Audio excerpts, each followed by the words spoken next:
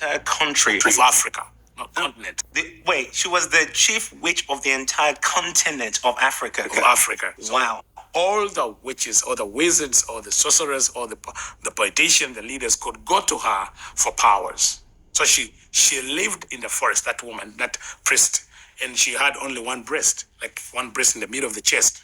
So all the people that went to her to see her often went through similar rituals. They have to stay in the forest for 7 days, naked, eating leaves and fruits for 7 days. Wow. And then after 7 days, you appear before her. That was the ritual, and it was like everyone had to go through that. So there were many people there. So she said when she appeared, when she came to her, she looked at that witch, that priest looked at my mother, and said, "Go away. I will not help you."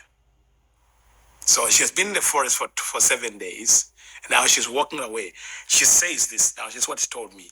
She said, as she was going away, she looked in the sky and saw a sign, something that told her that she has a son. She doesn't know what told. So she walks back to the place where they register, and she tells them, "Please, I want to go and try again." Then they tell her, "But also, if you want to try again, you have to go again through another 7 days." Now, the 7 days she went through, and then she went another 7 days, that's 14 days. Later, I'll be sharing with you, when I was sick, my deliverance, I had to go through the same cycle of being delivered, the 7 days and another 7 days, but now in the church setting. Because I want to tell people that salvation is free, but deliverance is a price. A price of consecration and being set apart. So she says that, so the second time, the next 7 days, she goes to appear. And when the priestess saw her and said, "You are back. You are back." Then my mother tells me, said, "Okay, I'm back, but you need to help me." Then this woman looks at her and says, "Well, I can help you, but I can see." Now, I don't know what eye they were using. I can see in the spirit, you have a son. But he's very far in the rocks. He's very far in the rock. In the rocks. Now, that's the statement of my mother. He's far in the rocks.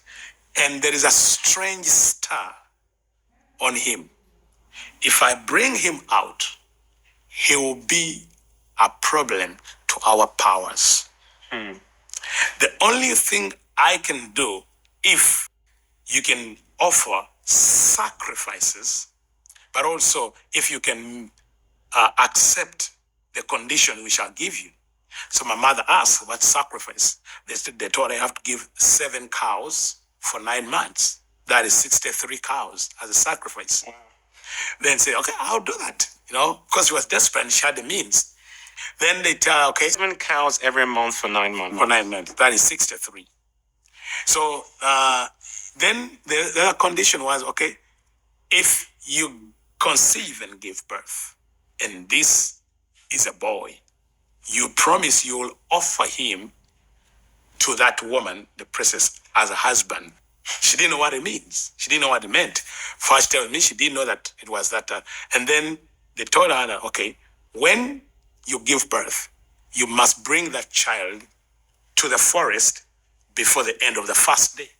In other words, before the sun goes over him.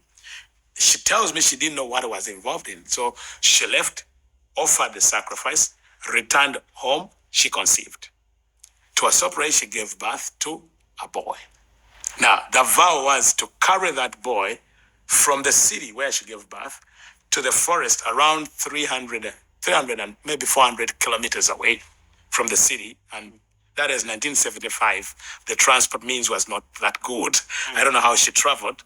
So she travels from the city in Kampala to go to fulfill the vow. What shocked her, she tells me, when she arrived at the forest, this time she didn't go through the ritual, but there was like a wedding. Hundreds of people were gathered. They knew she was coming. Gathered for what?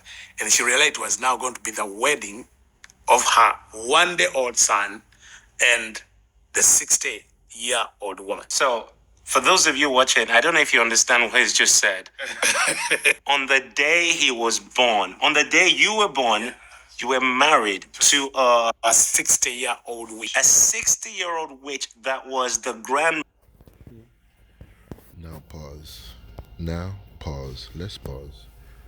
Okay, my family, my people. This servant of the Lord is saying that he was married with an old witch. You think he's the only person that happened to? No, he's not the only one. Let me say this to you. Especially if you are a black person, you reside in America, in Congo, Jamaica, Trinidad, Haiti. If you're descendant as black African, trust me, somehow, some way, you are connected to a witch doctor.